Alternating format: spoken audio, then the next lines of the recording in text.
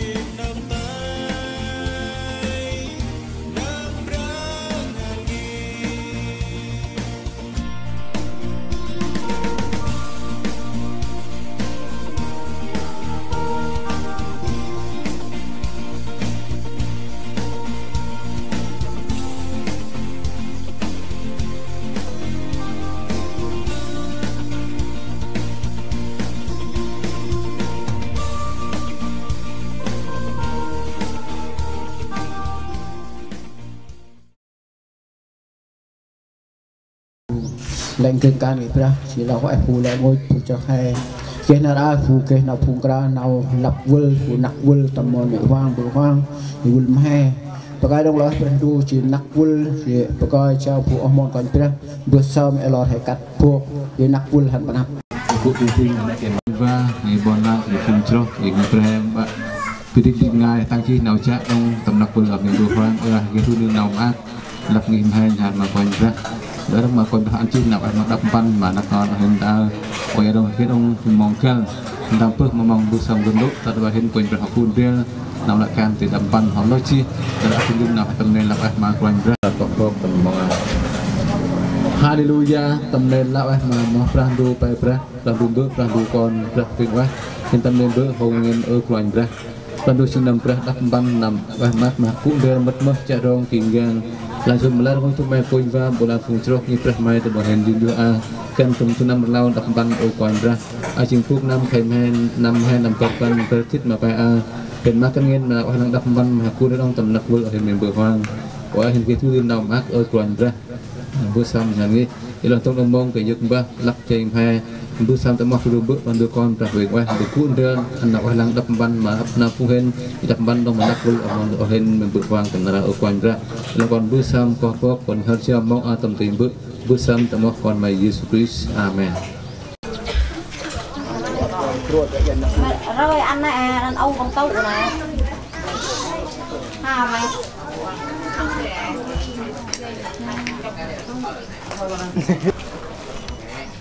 Em mà.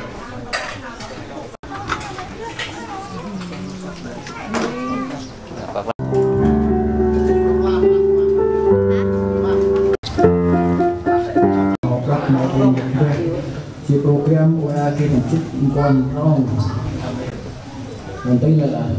ngoài pro kia quan tây để sao còn in pe chủ đầm pro người pe hàng 100 pro quan chỉ nặng vơi đất nước nào cả đi tôi cái nòng pro hay có tầm rồng sinh chỉnh tham em pro đồng ngoài đồng kia chỉ đồng pe đồng một nhật lâu có phải cuộc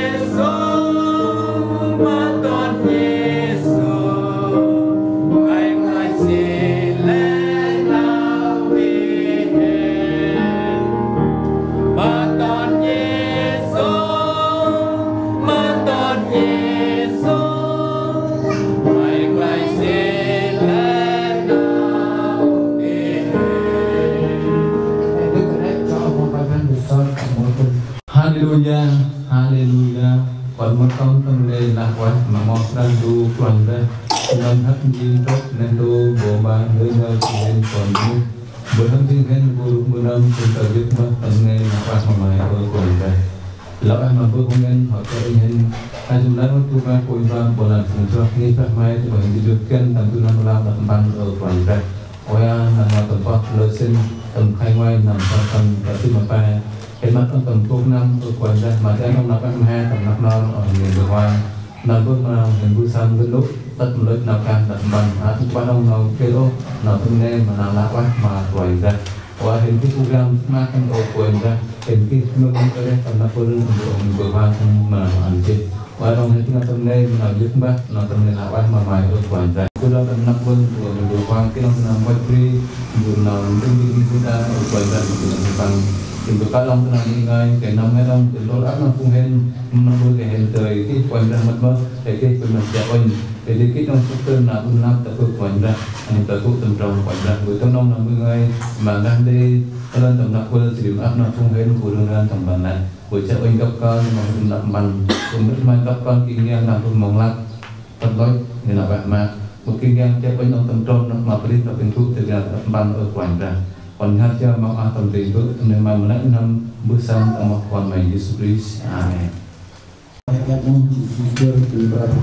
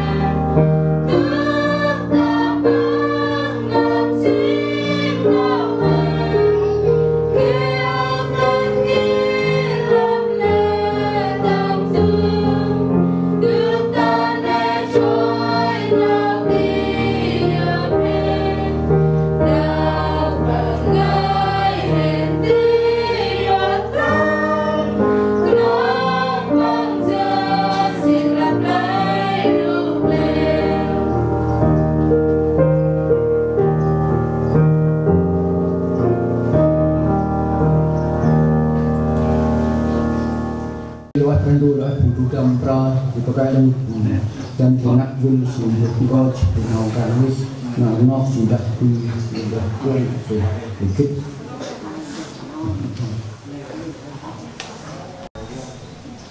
Lalu pengamat penyanyi dengan kreasikan kambut yang di nama bulan tahun diambil ke perhel sebelum thành lúc pas yang terus terang sila air non là 100% sidang dan kreasi yang menunjukkan besar tentang air non dan karena bây là hàng mét chuột mét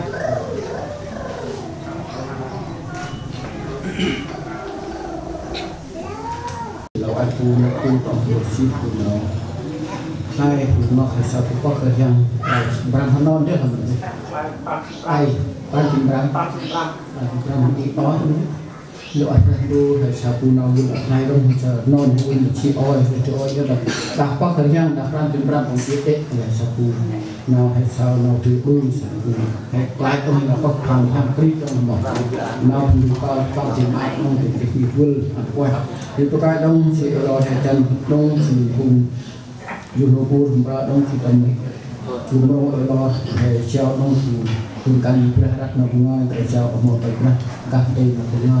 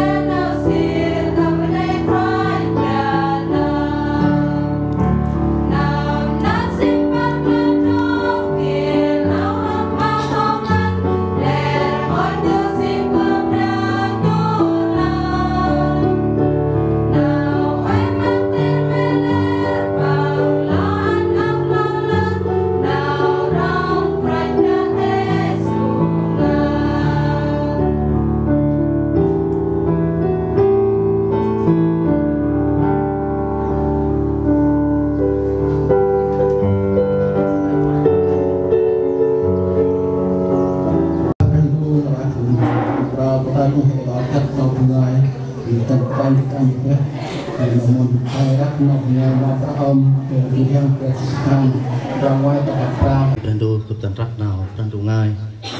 nam ram merupakan senham tam trongwai tap trong prao kia vài mạc trước mà áp nam quay trước mà Jehovah Sri hành tầm tròn băng do lá mày mà sa play phước càn mày mà mạc Sri mày mà kia nào á ur mày mà sinh năm pu tu tam play krabo play ấp tầm trôm nghi mày Siri phùng con năm pu tam play Oliver chung sưng mày sau tầm pen po này nằm quay trước mà Jehovah Marakih nào win tên mà Jehovah ăn nào win mà mày phước bòn Sion Siri mày ăn mày sơ nào bòn Jerusalem lẽ nào mày cure nên ấy giờ nên ấy ăn mày sơ phùng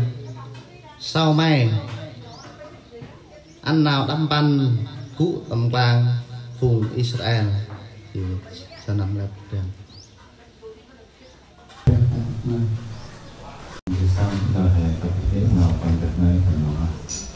Orang tu kuan dahin, lo anh yang bikin mongkar, tang tu net nama yang apa nama phone, họ tang je lo kuan dah. Sekarang pun pernah buat tang phone yang kuan punya dia nak berkuan. Ketung kali nama yang ketung rohin. Cái thanh số trong nói mai cái lần sốt thân ở bắc đã bước mà ở phần là không biết làm được ngày người chữ ăn nào vẫn ra là ở bắc nó thăm chúng con của con đã thì tôi làm được ngày thì lỡ nó lên trong bước mà không làm bị lát ở không cực nha nó lên được sốt thân nó đi thay tại mày mà ở phần là làm được tư sân còn mình suy này thân chúng ta chỉ là tôi thể bây giờ chỉ là mà nó tôi vừa hoa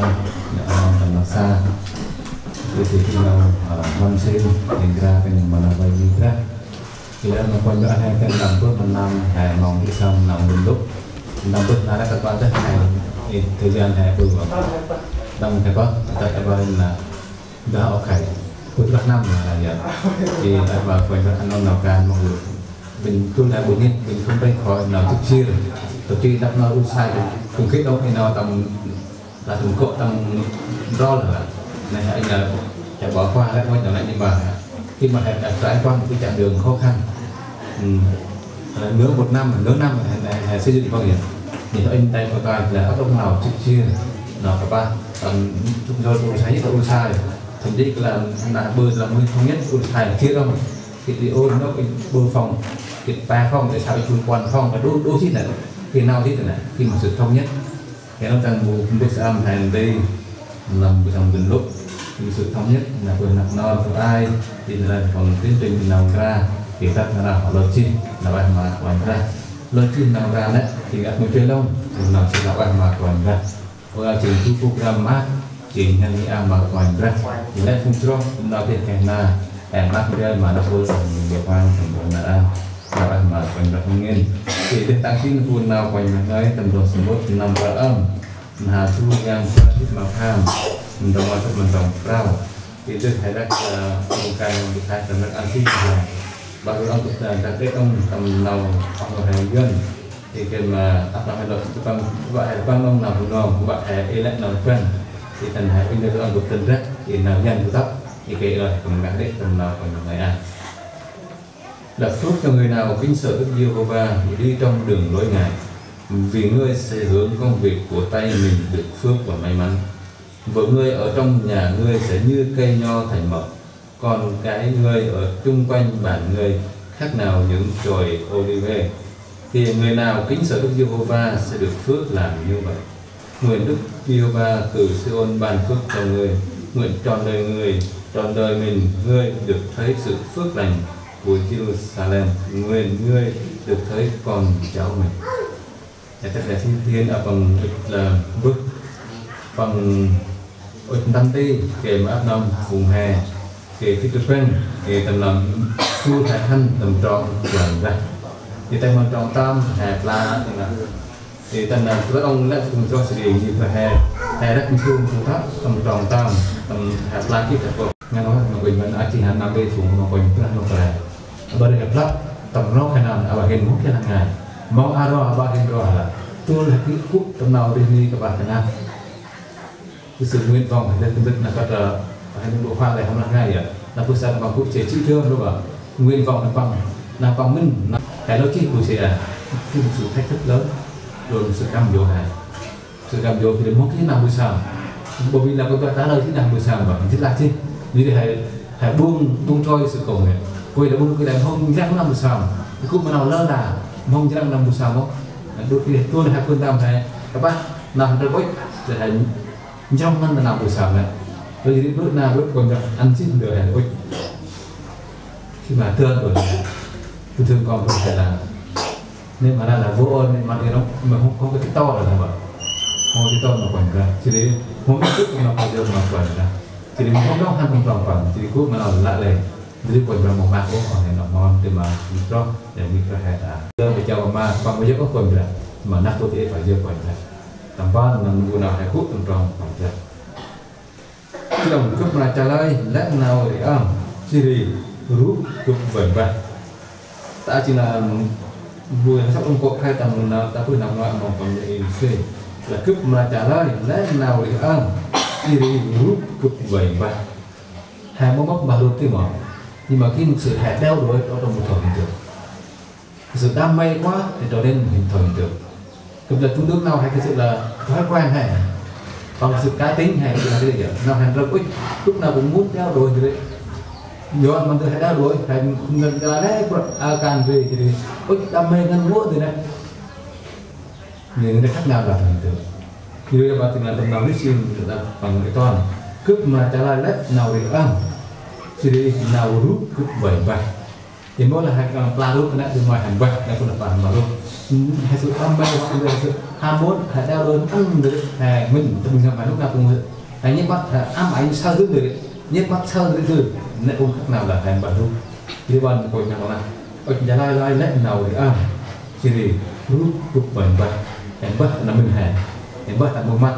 hay là hạt sẵn giờ thành dùng đặt cao lông tầm mặt tôi đã kia là hẹn để cho ra hết một buổi ngoài nào thì âm buổi nào mà lúc âm tầm nào hẹn đẹp có cái đồng cướp xử lý lẽ nạc vừa xử lý lẽ nạc no cướp cái đồng mình giúp với mà nhiều và anh biết một cái sự tiên quyết là cướp xử lý lẽ nạc vừa cướp giúp với đồng tu hay nhiều và cả tỷ đồng quay ma cần trước nghĩ ai mai cái mắt còn ra mình là hay là cái mắt còn là quên là phước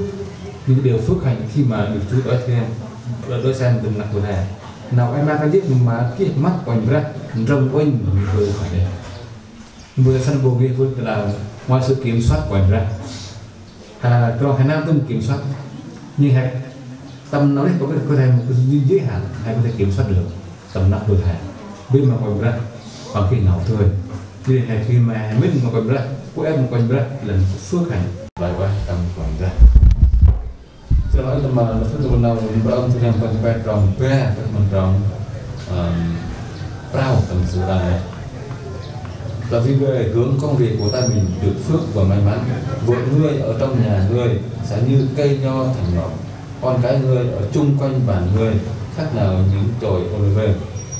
đang được ví nguồn đất khi mà hạnh phúc tầm quần ra hãy hướng được những con tay việc từ tay mình làm ra nó buồn nào thì buồn lại thì nó là sau qua buri mà với công sức lao động buồn không sai thế nên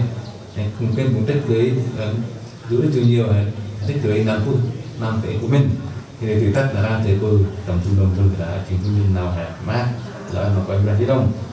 cuối tầm quanh ra thì bằng cách là buộc con mon sao cần mà cút chung cái thằng nào con mon sao chung sơn thằng này rất là chung sông số ấy này con mon sao cũng kiêm mặc dù món ăn bình thường nhưng mà sự hiệp một hài hòa với nhau sẽ tạo một sự không khí thực tế món ăn trở nên ngon miệng hơn đúng không? Là con sai thợ đâu nào hay cũng nào tiệm chút ca quay ca đó hay bự nhưng mà con đôi khi mình không nên bậm rạc ngàn chút ngoài đấy không thấy đắp sông sao là họ một lo sao không các đó đẹp là một điều sông sao khi mà chú ai chú đừng đưa một các ơi bình thường thôi để sông sao xa lên cả xa lên lắm between hạt đồng thì loại mà có chúng ta cần cái thu hay lịch phụ rồi chúng ta được mô tả là thu ai được còn này con mon sau là cụ chung trở về cụ mát tâm nê mà còn ra theo tôi nhớ kích phục là kích từ năm kích tu ai thì còn thể tu ai là sống hòa thuận nhau thì nào thứ nào làm tu bằng một ngắt thì ăn mà phùng hè đỡ phùng họ cút tầm quanh ra bằng hướng được mình nào quát nó phù còn đấy là thì người nào kinh sợ Đức Giê-hô-va sẽ được phước làm như vậy, người nào kinh sợ Đức Giê-hô-va phước sẽ làm như vậy. Và cái mặt hướng được như vậy, muốn được như thế phải làm gì? Và kinh sợ Chúa ở trong đường lối Ngài, không cái tròn đấy, tròn thì gần khi lỗi mà quản ra. Nguyện Đức Giê-hô-va từ Si-sôn ban phước cho người, nguyện trọng đời người được thấy sự phước lành của Jerusalem, nguyện người được thấy con cha mình, nguyện sự bình an giáng trên Israel. Thì ta từng chút phút nào hay nào còn nào đánh thôi thì mà phụng hè còn ra chỉ anh hè của tâm tròn còn ra của tâm bằng một cái tròn anh phải không thì ta tôi là ăn mà nó vươn khi nào chim ta vươn lay thì hè ca xí đồng đỡ phun lao cả giấc mà còn ra mà cái lay tâm càng vào thì mắt toàn tu mang làm nào và mình ra quên chỉ ăn nào quay mát mà ăn nam họ đồng chip mà lại ra thì là mà phần luôn tầm cái ai cái ông tu mong cân để cho ông nào còn những người tất mà nạp vươn ở những bộ hoang để mà lên đó thì cái này là phụng hậu đi ra tầm làm vươn ra nào vui xong là cái tầm nạp vươn ra tầm quay ra anh hè mà một chuyện anh cái nào mà nạp vươn ở bộ hoang tương để tay chưa còn ra thì đi tầm tròn còn ra thì là khắp nơi phụng hè để chính phủ kích năng còn ra chi anh hè tay chưa còn ra năng thì lại ấp năng phụng hè rồi ca thang năng tầm tròn còn ra cái từ sau nó đã tên quản ra là mà ta đưa tên thì ta nó đang đặt măng mà đặt nó mình được làm là cho đông bà này này du sự là của ông là cái tam thằng nó là thằng tây thì ơi cái cái ra chỉ mất cái vui hè anh hình kinh tầm hè là cho quản ra cái tam khu tầm đầu thì nhoi qua ba được tham được quản cái cũng được quản cái kết quản nên tầm này tụ ở cái cấp nữa bao nhiêu là hệ tiền tiền là thay lên cái quản cái việc nào là hoàn chờ đông thì cái này mình ra tu ham cái sơn cái nào cái này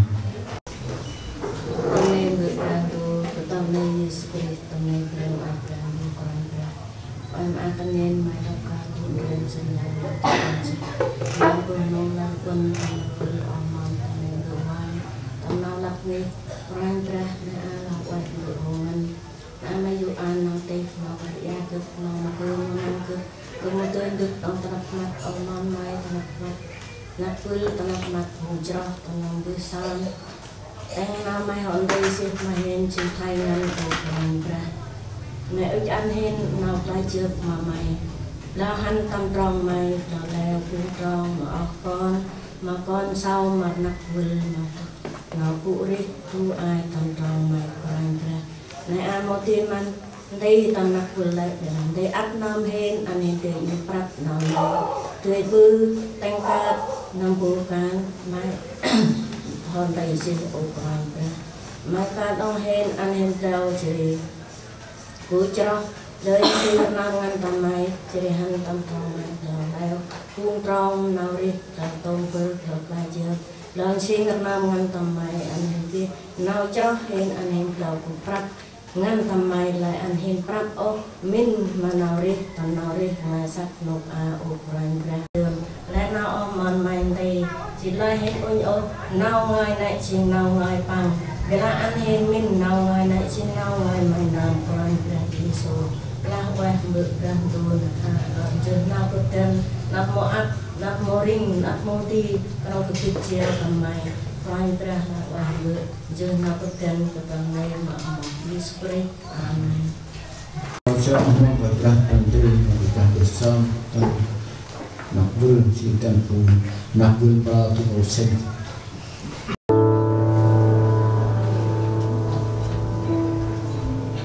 Hãy subscribe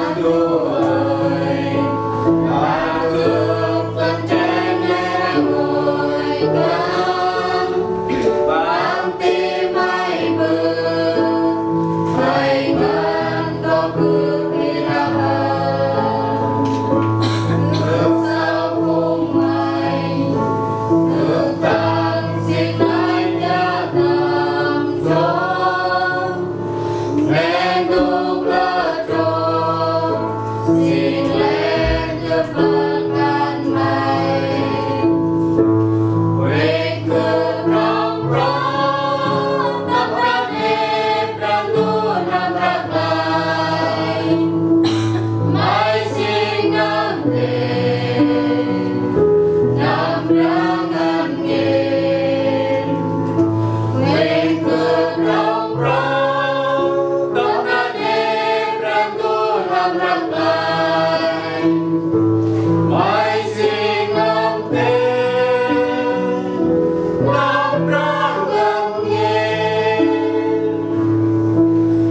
Ghiền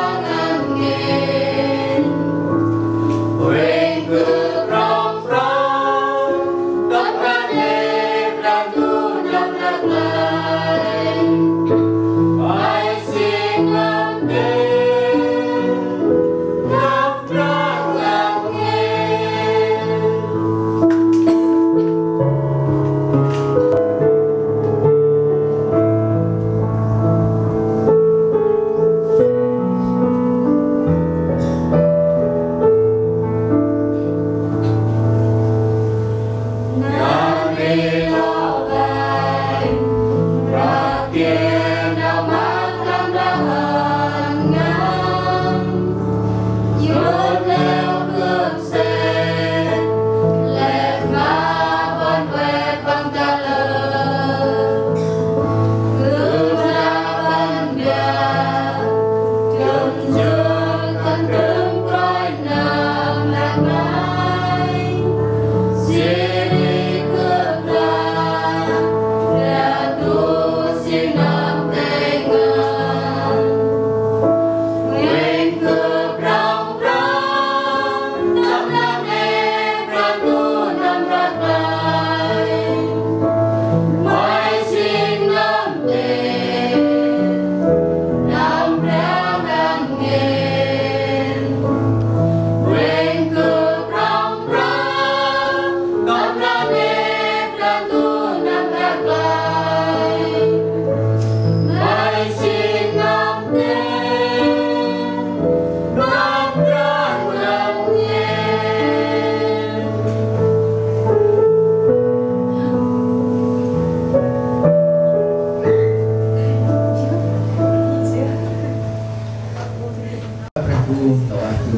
Gõ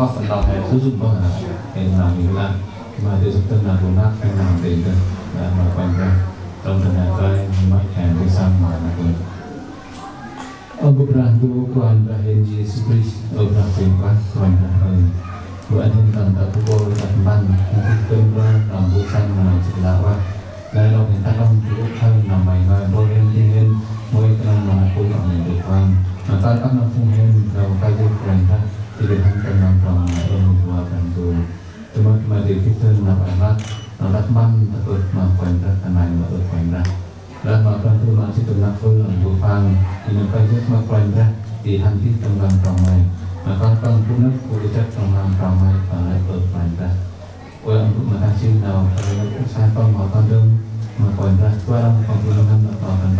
lỡ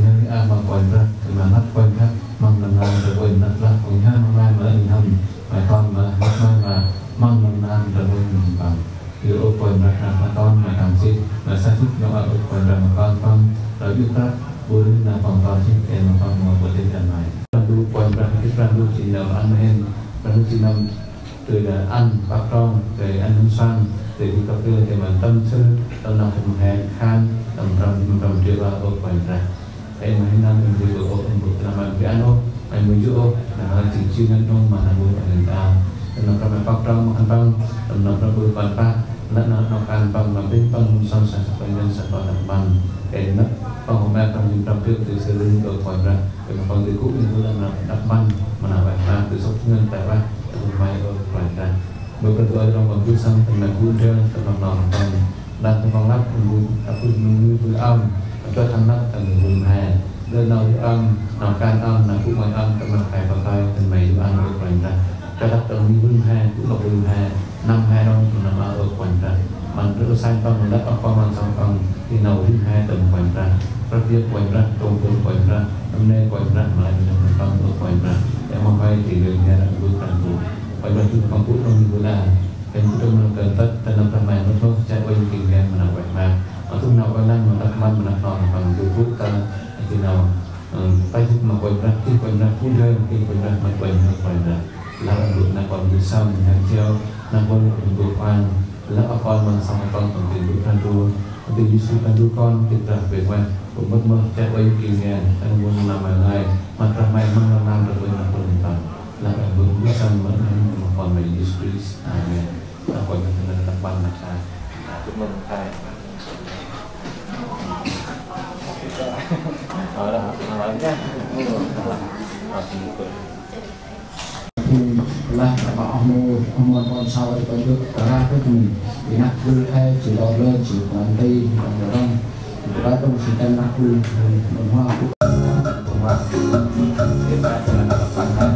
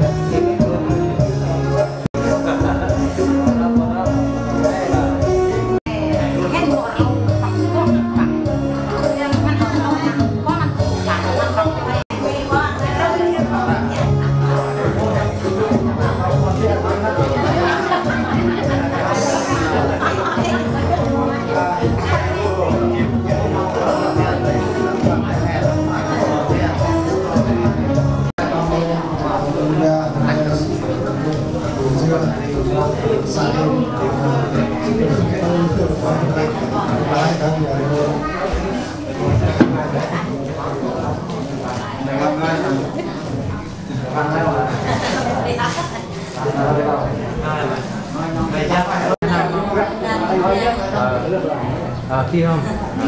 Xin ngại ăn nào? Một là không ai plug nhỉ?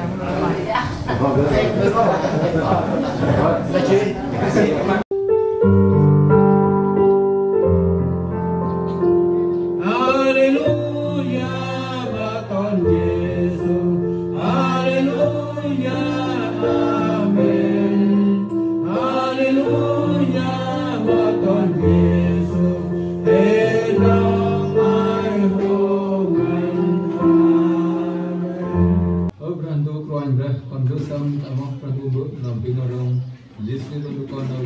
rahmat randu nam raknau tơi mà cú đeo sẽ ôi cặp con là ôi bộ anh mình bộ vang trong phần rác tại chiếc mai tầm tập trung nào đi làm quân ra tất nào còn về industry là vậy.